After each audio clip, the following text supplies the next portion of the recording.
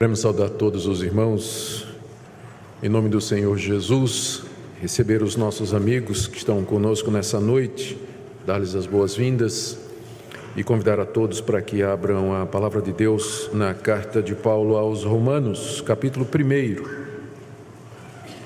Estamos dando sequência à nossa série de exposições na carta do apóstolo Paulo aos crentes de Roma.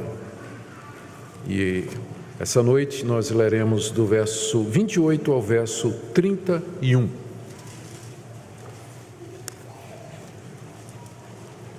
Romanos capítulo 1, de 28 a 31.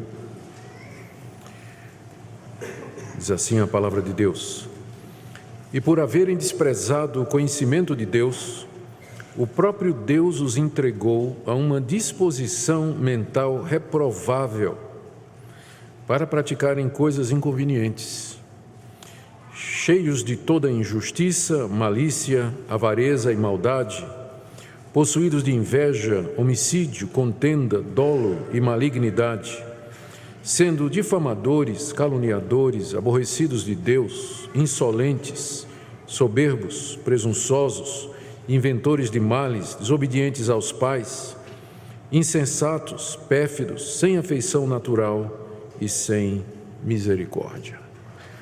Até aqui a leitura da palavra de Deus. Vamos orar mais uma vez, pedindo que o nosso Deus queira nos conduzir na compreensão da sua palavra. Ó Deus, que privilégio para nós estarmos aqui nessa noite, que privilégio para nós podermos conhecer-te, que privilégio termos uma disposição mental aprovada por ti, e que também aprova as coisas excelentes, que aprova a tua pessoa, as tuas obras, a tua revelação, os teus atos.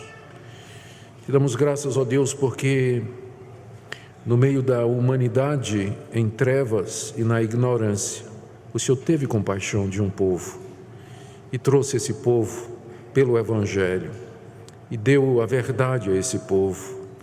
Te damos graças por aqueles de entre nós que fazemos parte desse povo só pela tua misericórdia.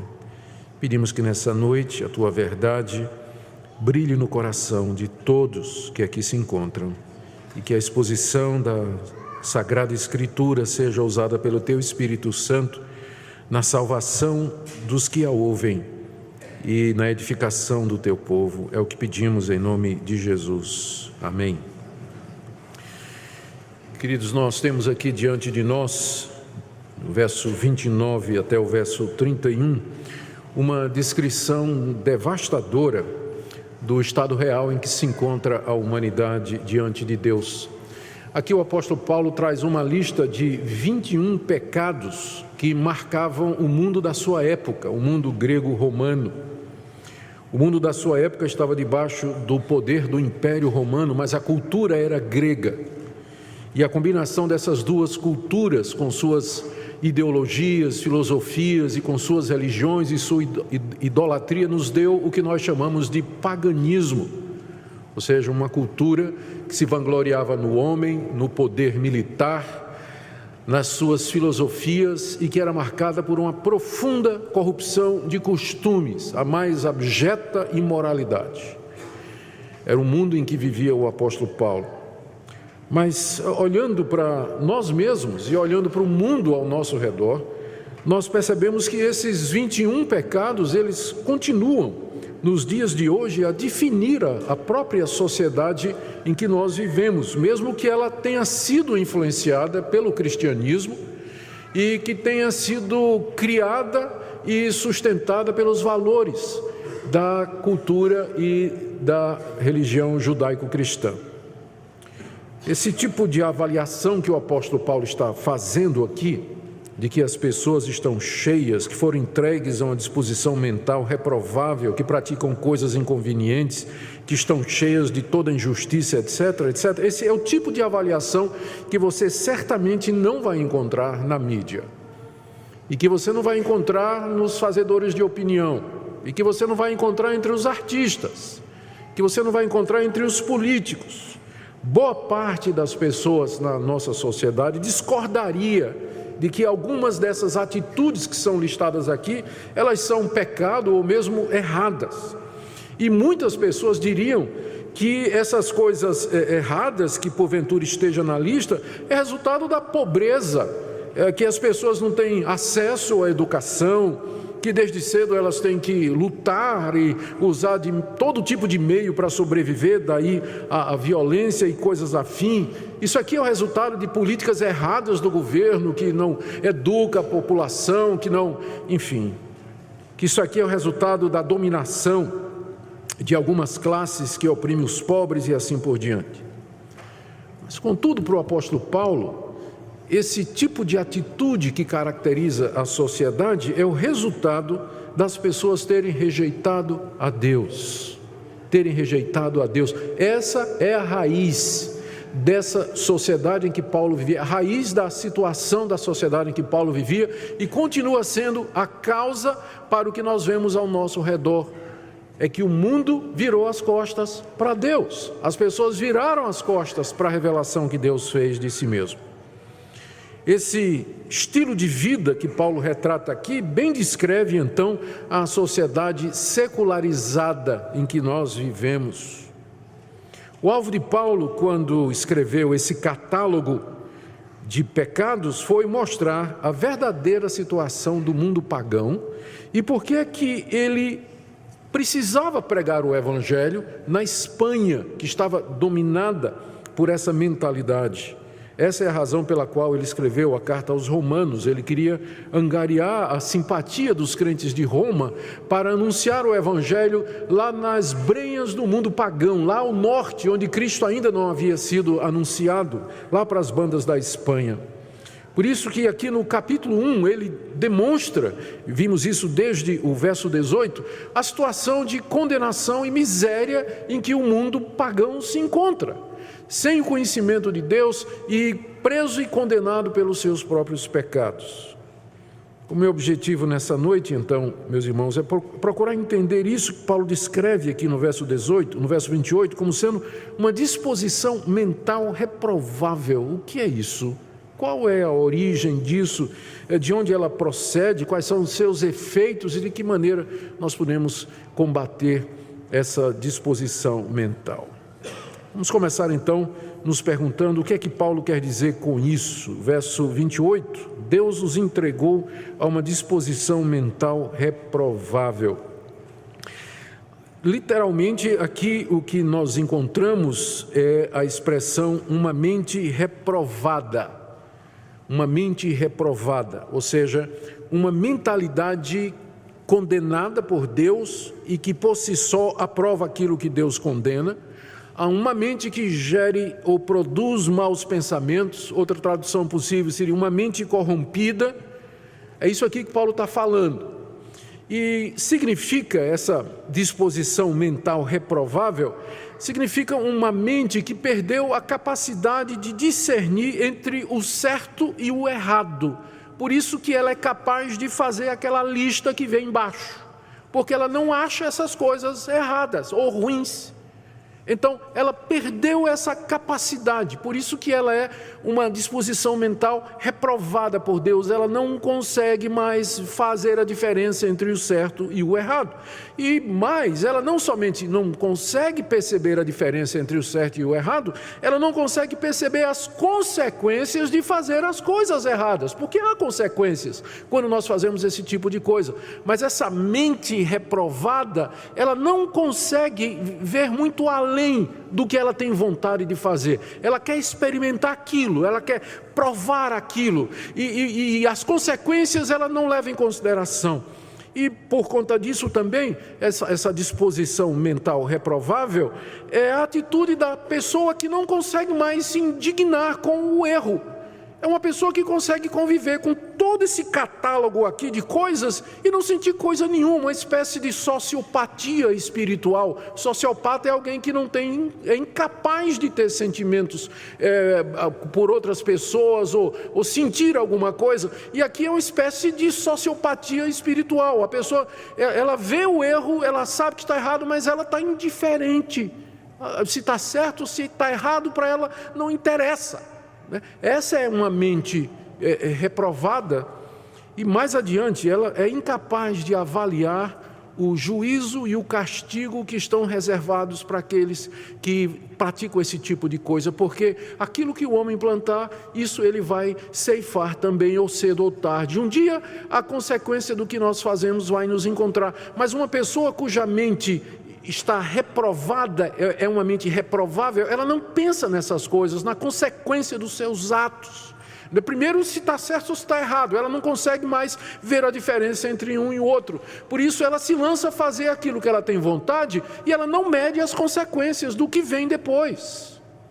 É isso que Paulo quer dizer aqui. E vai mais além.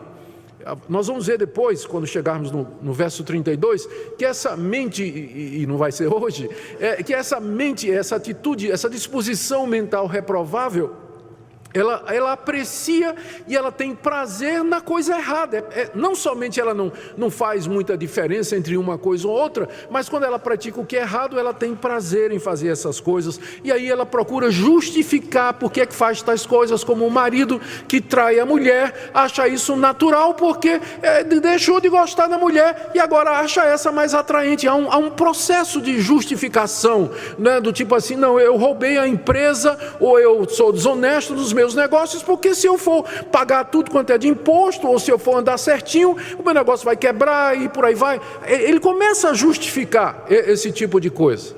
Começa a justificar. E não somente isso, mas aí encoraja e defende quem faz coisa semelhante.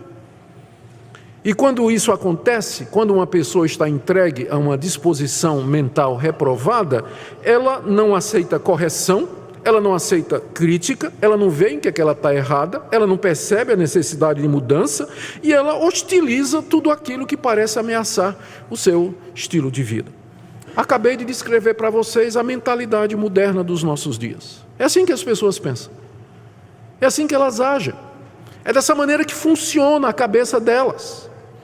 É dessa forma que elas justificam as coisas que elas fazem. A mente delas não é mais capaz de discernir o certo e errado, de avaliar as consequências. Ao contrário, tem prazer em fazer aquilo que é errado, e não somente fazer, mas justificar, esconder o que faz, dar desculpas ou, enfim, tentar de alguma forma hostilizar qualquer pessoa ou qualquer ideologia que venha contra o pensamento e a prática delas. Isso é o que o apóstolo Paulo descreve aqui como sendo uma mentalidade, uma disposição mental reprovável ou reprovada. Reprovada por Deus, porque ela não consegue mais enxergar a verdade, ver a verdade, discernir o certo do errado. Lá na carta que Paulo escreveu aos Efésios, no capítulo 4, ele trata desse mesmo assunto em outras palavras, que nos ajudam a compreender ao que ele se refere. Eu estou aqui citando o verso 17 do capítulo 4, quando Paulo escreve aos Efésios e diz: isso, portanto, eu digo e no Senhor testifico, que não mais andeis como também andam os gentios, na vaidade dos seus próprios pensamentos, obscurecidos de entendimento, o entendimento se obscureceu, alheios à vida de Deus, por causa da ignorância em que vivem pela dureza do seu coração, os quais, tendo se tornado insensíveis, se entregaram à dissolução, para com avidez cometerem toda sorte de impureza. É a mesma coisa. Paulo está dizendo a mesma coisa com outras palavras. Ele fala dessa vaidade dos pensamentos, do coração entenebrecido, da mente obscurecida, da insensibilidade e da avidez para praticar todo esse catálogo de 21 coisas que está aqui. E que descreve não somente o mundo daquela época, mas a nossa sociedade hoje. Descreve o mundo em que nós vivemos. E vamos ser honestos, descreve o que nós somos. Descreve aquilo que nós somos no íntimo. É isso que nós somos diante de Deus. A nossa mente, ela não funciona mais com essa clareza. É claro que eu não estou me referindo aqui à questão da capacidade intelectual. Porque o homem quando eu falo homem, é genérico, homem e mulher, não é? Nós somos capazes de aprender, de estudar, de pesquisar, de aumentar o nosso conhecimento, dar contribuições para a ciência. Não é esse tipo de mentalidade ou de mente que nós estamos nos referindo aqui, mas essa capacidade moral, espiritual, de discernir aquilo que diante de Deus é certo ou errado e fazer as escolhas corretas, fugir do erro, lamentar o erro, odiar o erro e não justificar os seus atos. Então é desse tipo de coisa que nós estamos falando aqui. Agora, de onde vem isso? Porque certamente Deus não nos criou dessa forma. A palavra de Deus nos diz que fomos feitos à sua imagem e à sua semelhança. Mas o que aconteceu que nós chegamos nesse estado que é descrito aqui? Paulo aqui menciona duas causas para essa condição mental. A primeira delas, ainda no verso 28, é o desprezo por Deus. Veja o que diz o verso 28 que nós lemos. E por haverem desprezado o conhecimento de Deus, o próprio Deus os entregou a uma disposição mental reprovável. Então a primeira causa aqui que Paulo aponta para essa mentalidade que domina a raça humana é que o desprezo do conhecimento de Deus. E o que isso significa? Nós já vimos desde o capítulo 18 que Deus se revelou à humanidade. Deus não ficou desconhecido, incógnito, anônimo, mas Ele se deu a conhecer à humanidade. No capítulo 1, no verso 18, diz que a ira de Deus se revela do céu. Então Deus do céu revelou que Ele existe e que Ele está irado com a desobediência do homem. Essa é uma consciência que está no coração de cada pessoa que vem a esse mundo. Mesmo a pessoa mais bruta que possa existir, ignorante, pagã e bárbara que possa existir, ela tem esse conhecimento na sua consciência de que há um Deus e que esse Deus está irado pelos seus maus feitos. E não só isso, não satisfeito em se revelar na consciência do homem, Deus se revela pela criação, como diz o verso 20, que os atributos invisíveis de Deus, o seu poder, a sua divindade, claramente se reconhecem desde o princípio do mundo, sendo percebidos por meio das coisas que foram criadas. Os céus proclamam a glória de Deus, o firmamento anuncia a obra das suas mãos, toda a criação fala de Deus, nós estamos cercados da glória de Deus por dentro e por fora, Ele está em todo lugar, está ao nosso redor. Por isso que Paulo diz aqui no final do verso 20, os homens são indesculpáveis. Não tem ninguém que no dia do juízo vai poder dizer assim, eu não sabia que havia um Deus e que esse Deus era santo e que esse Deus tinha o certo e tinha o errado. Não há ninguém que possa apresentar uma defesa diante de Deus no dia do juízo, porque Deus manifestou-se na consciência e na criação, de forma que todas as pessoas são responsáveis diante de Deus por esse conhecimento. Mas o que os homens fizeram com essa revelação de Deus, com esse conhecimento de Deus? Voltando para o verso 28, o apóstolo Paulo diz, eles desprezaram essa revelação de Deus. E esse desprezo é universal. É universal. É cometido por todos. Desprezar aqui significa não aprovar, literalmente na língua grega. Não aprovaram ter Deus no seu conhecimento. Está escrito assim, literalmente. Não aprovaram Deus. Do tipo assim, eles olharam, examinaram e disseram, não, vamos desprezar isso aqui, não tenho interesse, não quero saber desse Deus, eu quero seguir a minha vida. Eu quero adorar quem eu quiser adorar, eu quero servir a quem eu quero servir, quero viver do jeito que eu quero viver. E eu não quero nenhuma divindade lá do céu dizendo para mim o que é certo ou errado, tolhendo a minha liberdade. Eu quero viver da forma que eu tenho vontade de viver. Eles desprezaram essa revelação que Deus fez de si mesmo. Ou seja, não aprovaram acharam que não valia a pena reter esse conhecimento de Deus, não deram aprovação nem reconhecimento ao Criador de todas as coisas, por isso desdenharam, rejeitaram, deixaram de lado, enfim, é um processo mental que Paulo já descreveu, e nós já vimos isso no verso 21, não é? Voltando um pouquinho, eles se tornaram nulos em seus próprios raciocínios, depois no verso 25, mudaram a verdade de Deus em mentira, e em vez então de aceitar a revelação de Deus e adorar a Deus, eles começaram a adorar a si mesmos e adorar os animais. Aves, quadrúpedes, répteis, é só olhar as religiões antigas, as religiões pagãs e modernas, onde se adora a natureza, de uma forma ou de outra. Então, essa é a causa da mentalidade reprovada, porque eles reprovaram o conhecimento de Deus que faria com que a mente deles funcionasse da maneira correta. Mas uma vez que você rejeita a luz de Deus, a sua mente entra em trevas, por mais intelectual que você seja. Você não consegue mais perceber as questões, as respostas básicas, as respostas para as questões básicas da vida. E fica como que tateando, um mundo sem sentido, nada mais faz sentido. A dor, a violência, as coisas que acontecem, a providência, o amor, o carinho, a misericórdia, é quem somos, de onde viemos, o que é que estamos fazendo aqui, por que coisas ruins acontecem, por que coisas boas acontecem, por que isso, por que aquilo. Desprezaram o conhecimento de Deus, e a mente então, ela perde o referencial. Todo mundo que viaja, como eu gosto de viajar também, sabe o que é entrar numa zona onde o GPS perde o sinal do satélite, e você tem uma encruzilhada na frente, aqueles cruzamentos de estrada, né? E você não conhece, depende completamente do satélite para dar o referencial, e você está perdidinho. Essa mente reprovável, porque ela perdeu o referencial, né? Rejeitou o conhecimento de Deus, desprezou esse conhecimento de Deus que Deus havia dado. Então essa é a primeira razão, não é? Essa é a primeira razão. A segunda razão que Paulo dá para essa mentalidade reprovável que caracteriza a nossa raça é que Deus, por sua vez, entregou os homens a essa mentalidade. O que é que aconteceu aqui?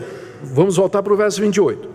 Eles desprezaram o conhecimento de Deus, conhecimento que Deus deu de si mesmo, na consciência e na criação. Então, o próprio Deus os entregou a essa disposição mental reprovável. Ou seja, Deus os entregou a si mesmos. Deus disse para eles: seja feito a sua vontade, seja feito do jeito que você quer. É isso que vocês querem? Vocês viraram as costas para mim, vocês me menosprezaram, me rejeitaram, vocês querem viver por vocês mesmos? Tudo bem, eu vou entregar a vocês a mente de vocês, a maneira de pensar de vocês, e o resultado é isso que Paulo chama de mente reprovável. Nós já vimos nas mensagens anteriores que Deus, como castigo ao homem por conta dessa rejeição que o homem fez de Deus, que Deus primeiro os entregou à imundícia. Verso 24, Deus entregou tais homens à imundícia. Deus depois os entrega às paixões infames. Verso 26, por causa disso os entregou Deus a paixões infames. E agora Paulo diz que Deus os entrega a uma mente reprovada. Que é o final de tudo isso. É quando finalmente a pessoa perde a capacidade de entender, discernir, enxergar, chegou no fim. Um dos dons mais preciosos que nós temos é a capacidade de pensar, de discernir, de avaliar, de entender, de reconhecer. A memória, como faz bem para nós, não é? Memória, a gente lembra das coisas, das boas, das ruins também. Discernir e fazer cálculos e imaginar a lógica que nos ajuda a dizer qual vai ser o resultado dessa decisão que eu vou tomar aqui. A mente é um privilégio, é uma coisa gostosa você ter domínio da mente, uma mente clara, que coisa privilegiada. E nós sabemos como aflige as pessoas quando algumas daquelas doenças que se constituem distúrbios, elas tiram essa capacidade da pessoa, a pessoa perde a capacidade de reconhecer os outros. Às vezes ela está numa espécie de esquizofrenia, fica ouvindo vozes, não é? Ou uma bipolaridade, a mudança de humor de uma situação para outra, sociopata, que ele não tem sentimentos mais pelas pessoas, algumas doenças degenerativas que a pessoa vai perdendo o reconhecimento, não consegue saber mais onde está, e tudo mais. Imagine tudo isso transferido para o mundo espiritual. É isso que Paulo está descrevendo aqui. É uma mente acometida desses distúrbios causados pelo pecado e que, portanto, não consegue entender o seu próprio estado diante de Deus, não consegue ver o que está errado com os pecados, o que está errado com o que eu estou fazendo, todo mundo faz, qual é o problema disso que eu estou fazendo? Ele não consegue ver. Deus o entregou a uma disposição mental reprovável e ele nem consegue ver isso, nem consegue ver isso. Que esse é o estado em que ele se encontra. Esse é o estado em que ele se encontra. Veja que essa entrega de Deus é uma entrega punitiva. O castigo do pecado é pecado. Eu estava lendo um comentário que o pastor disse que alguém chegou para ele e disse assim: pastor, a AIDS é o pecado da homossexualidade? Ele disse: não, o pecado da homossexualidade é a homossexualidade mesmo. É isso mesmo, a AIDS é uma doença como qualquer outra, câncer, vem, não é? Mas o castigo do pecado é mais pecado, e o castigo para reprovar a Deus é uma mente reprovada. É interessante porque há um trocadilho aqui no original que não aparece na nossa tradução.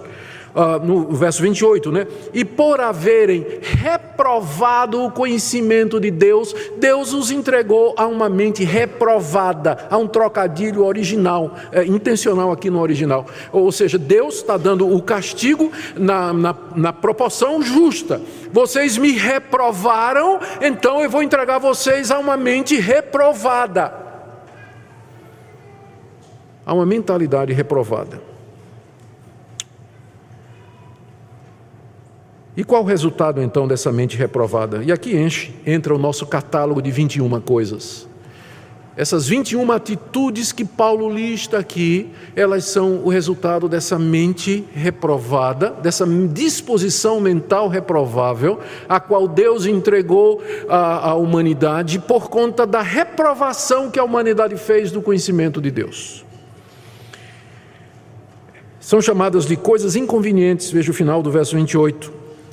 Deus os entregou uma disposição mental reprovável para praticarem coisas inconvenientes. Vocês agora percebem que a prática de coisas inconvenientes é o resultado já de um problema aqui. Primeiro começa aqui, não é? Depois vai para a prática. O erro começa aqui.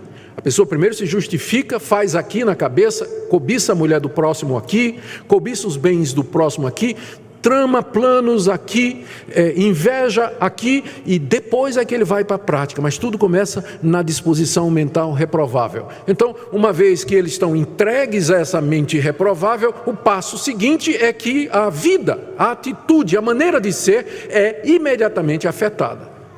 E uma vez que você perdeu o norte ético do certo e do errado, o passo seguinte é você romper as barreiras na prática. Você então agora está liberado, sua mente liberou, você se sente livre então agora para fazer todas essas coisas que você tem vontade. E aí vem esse catálogo aqui de coisas que Paulo diz que são erradas, impróprias diante de Deus e dos homens, menos para essas pessoas que consideram essas coisas como naturais e normais. São 21 atitudes, algumas observações sobre essa lista. A primeira delas, é claro, essa lista ela não é exaustiva. Paulo está apenas dando uma amostra do que é que acontece numa sociedade ou com indivíduos que rejeitaram a Deus e viraram as costas para Deus e que então estão dispostos a seguir o seu próprio caminho. O resultado, na prática, é esse aqui. Então, essa lista ela não é completa, tem mais coisas. Há muitas listas de pecados, vamos chamar assim, no Novo Testamento e no Antigo, onde tem outras coisas que complementam essas aqui. Aqui mesmo nessa própria lista, o apóstolo Paulo não inclui a homossexualidade, porque ele já tratou nos versos 27 e 28, que foi objeto da última mensagem que eu preguei aqui na carta aos Romanos, não é? Ele já tratou desse tipo de comportamento, e agora por isso não entra nessa lista, mas ele já falou disso aqui. A segunda observação é que quando a gente dá uma olhadinha nessa lista, a gente percebe que ela não é somente uma lista de pecados sexuais, não é? Como se pensaria, mas na verdade representa a quebra de todos os mandamentos de Deus. Eu não sei se Paulo fez de propósito, mas a gente pode traçar praticamente cada um desses pecados mencionados aqui a um dos mandamentos de Deus. Os 4 primeiros mandamentos de Deus, estou falando aqui dos 10 mandamentos, os 4 primeiros têm a ver com Deus. Não terás outros deuses diante de mim, não tomarás o nome de Deus em vão, não farás para ti imagem de escultura, lembra do dia de descanso para o guardar e tudo mais. E você vê Paulo aqui mencionando, aborrecidos de Deus, insolentes, soberbos, presunçosos e insensatos. É tudo pecado contra Deus, é afronta a Deus. O homem arrogante, o homem insolente, o homem soberbo e literalmente aborrecido de Deus. Ele não quer saber de Deus, ele tem aborrecimento de Deus. Quebrou todos os 4 mandamentos, primeiros mandamentos da primeira tábua. E aí em seguida vem os outros mandamentos que têm a ver com o próximo. O 5º mandamento diz: honra teu pai e tua mãe. E o que é que a gente encontra aqui na lista? Eles são desobedientes aos pais. Começa cedo isso, começa com os nossos filhos, começa quando são crianças mesmo. Já manifesta essa mentalidade reprovada de se virar contra toda autoridade, contra aquilo que é certo e que é errado. Não vamos pensar que isso aqui é coisa de adulto, não. Isso acontece com adolescente também, com criança também. Desde cedo se manifesta na nossa raça essa infecção que nós nascemos com ela, herdamos dos nossos pais. Também fala aqui de falta de afeição natural. Está vendo aí no final? Ali no meio do verso 31, isso significa literalmente falta de afeição natural, que é a afeição que os pais e as mães naturalmente teriam pelos seus filhos. Mas o que é que a gente vê hoje? Pai e mãe aborrecendo o filho, espancando o filho, desproporcionalmente, machucando o filho. A quantidade de criança que chega no hospital, machucada, o olho roxo, dente quebrado, furada de ponta de cigarro. A gente, falta de afeição natural, quebrando o mandamento que fala a respeito do amor aos pais. O 6º mandamento: não matarás. E o que é que a gente encontra nessa lista? Olha aqui, injustiça, maldade, homicídio, contenda, malignidade, falta de misericórdia. Tudo quebra do 6º mandamento. 7º mandamento: não adulterarás. Ele já falou a questão da imoralidade nos versos 27 e 28. 8º mandamento: não furtarás. 10º mandamento: não cobiçarás. Paulo menciona aqui inveja, dolo, inventores de males. 9º mandamento: não darás falso testemunho. Paulo fala aqui difamadores, caluniadores. É a lista completa. Quebraram tudo, catálogo todo, todos os 10 mandamentos. Não escapou um. Essa situação do mundo, essa é a situação da sociedade em que nós vivemos. Esse é o meu estado e esse é o seu. Por quê? Notaram que Paulo diz aqui no início do verso 29, eles estão cheios dessas coisas. Eles estão cheios porque na hora que rejeitaram a Deus, criou um vácuo. E esse vácuo, se não for enchido por Deus, ele vai ser enchido por outra coisa. Uma vez que rejeitou-se o conhecimento de Deus, o coração se enche dessas coisas aqui. E essa é a verdadeira situação em que nós nos encontramos. Outra observação: nem todo mundo na época de Paulo era culpado desses pecados, e eu preciso deixar isso muito claro para não ser injusto. Você vai me dizer assim: pastor, eu conheço gente que rejeita o conhecimento de Deus, mas é honesto, mas é trabalhador, vive bem com a esposa, não trai a esposa. Eu sei. Essa lista não significa que todo habitante do planeta faz todas estas coisas que estão descritas aqui. Mas não faz, não é por conta dele. Não faz por causa da misericórdia de Deus. Não faz porque Deus, para preservar a situação da raça humana, deu autoridade policial. E tem gente que pode ser doido, mas tem juízo e não rasga a nota de 100. Ele sabe que se fizer, ele vai pagar, vai ter processo, vai ter uma multa. Então ele parece bonzinho e guardador da lei, mas é que Deus botou temor no coração dele. Tem outras pessoas que parecem pessoas bondosas e misericordiosas. Deus os agraciou com um temperamento bom. Uma disposição natural, alegre, sempre faceiro e para ele tudo está bem. Não é dele. O coração dele está pronto para fazer essas 21 coisas ou mais. Mas é que Deus lhe deu uma disposição, uma índole. Outros tiveram o privilégio de nascer num lar de valores, ou um lar cristão. E mesmo que hoje não são mais crentes em Jesus Cristo, mas aquilo que eles aprenderam na infância, eles mantêm. Eles não conseguem se livrar da educação boa que eles tiveram. Então, por causa da providência de Deus, das autoridades, das leis, da influência do cristianismo, as pessoas não são tão ruins como elas podem ser. Mas dadas as circunstâncias, se fossem dadas as oportunidades e as ocasiões, você e eu faríamos tudo o que está aqui nessa lista. E outras coisas. E com requintes de maldade, faríamos. Portanto, essa lista ela está dando uma descrição do estado, dá uma amostra do que é que a humanidade sem Deus é capaz de fazer. Ela explica uma humanidade que virou as costas para Deus. E a última observação sobre essa lista, antes de entrar na aplicação, é que ela mostra que todo pecado é decorrente da rejeição de Deus. Veja, Paulo está ligando essa lista de 21 coisas, todas essas 21 coisas estão ligadas no verso 28 a rejeitar a Deus. Olha como funciona a sequência: desprezar o conhecimento de Deus.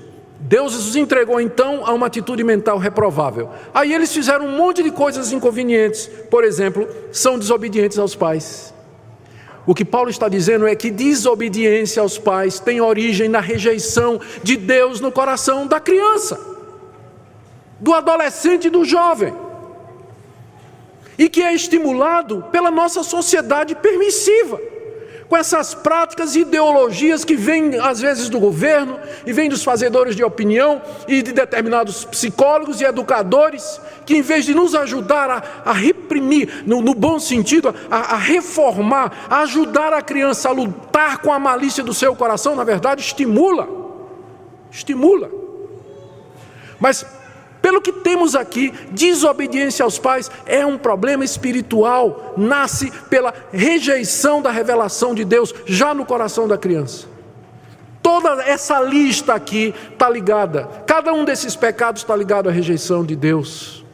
Ou seja, nós vivemos, como diz a expressão em latim, coram Deo, diante de Deus. O mundo está diante de Deus, mesmo nas suas iniquidades. Quando o mundo peca, ele peca contra Deus, mesmo que não acredite em Deus, mas ele está pecando contra Deus. Nele existimos e nele nos movemos, e dele nós tiramos nossa vida, nosso sustento e o que nós somos. Todo pecado, enfim, é contra Deus. O resultado final que nós temos aqui é um quadro devastador, meus irmãos e amigos. Nós temos aqui a justa condenação de toda a raça humana, a corrupção integral da pessoa humana e a impotência para resolver o problema, porque ele está preso nessa mentalidade, ele não consegue ver que ele está condenado, ele não consegue perceber como ele tem ofendido a Deus pelos seus pecados, ele não consegue enxergar as consequências que lhe aguardam. Esse é o quadro. E essa passagem, então, ela nos ensina que há várias coisas que precisam ser revertidas em nossa vida para que nós sejamos salvos. A salvação não é tão simples como às vezes alguns movimentos evangélicos querem fazer parecer, do tipo assim: Jesus morreu lá na cruz, né? Derramou seu sangue aí. Se você aceitar Jesus, faça uma oração comigo, né? Diga aí no coração que você aceita Jesus, tá? Sim, Deus pode salvar pessoas dessa forma, claro, Deus é Deus, Ele salva do jeito que Ele quiser. Mas o que está envolvido na salvação de um pecador, olha o que é que está envolvido pelo que nós lemos aqui. Primeiro, a ira de Deus está sobre nós por causa da nossa impiedade e da nossa perversão, porque nós rejeitamos o conhecimento dele. Então a ira dele está sobre nós. Romanos capítulo 1, verso 18. A ira de Deus se revela do céu. Não acredite num evangelho que diz assim: o nosso Deus, ele é amor, né? Ele de fato é amor, mas isso é só metade do que a Bíblia diz a respeito de Deus. O nosso Deus é um Deus amoroso, Ele compreende, é um Deus Deus não fica chateado, né, com essas coisinhas que eu faço. O Deus que acredita, não, meu Deus é um Deus de amor, é um Deus compassivo, né? Ele não se importa com minha vida errada, que eu traio minha mulher, que eu sou desonesto, que eu sou mentiroso, que eu vivo fofocando, falando mal dos outros, caluniando os outros no WhatsApp, no Facebook. Deus não liga, Deus nem sabe o que é Facebook, e vai por aí, tal, é mentira. Não acredite nisso. Existe um Deus, e Ele é um Deus amoroso, mas Ele está irado com a perversão e a impiedade dos homens que viraram as costas para Ele. Então é isso que tem que ser vencido. Como é que você pretende vencer a ira de Deus? Como é que você pretende reverter a ira de Deus que está sobre você por conta dos seus próprios pecados? Segunda coisa que está envolvida nisso: Deus nos abandonou às nossas paixões e à nossa mente depravada e corrompida. Eu não consigo nem entender por que eu sou assim, o que é que eu estou fazendo aqui, e muito menos saber o caminho de volta. A mente não funciona mais, ela perdeu o senso de Deus.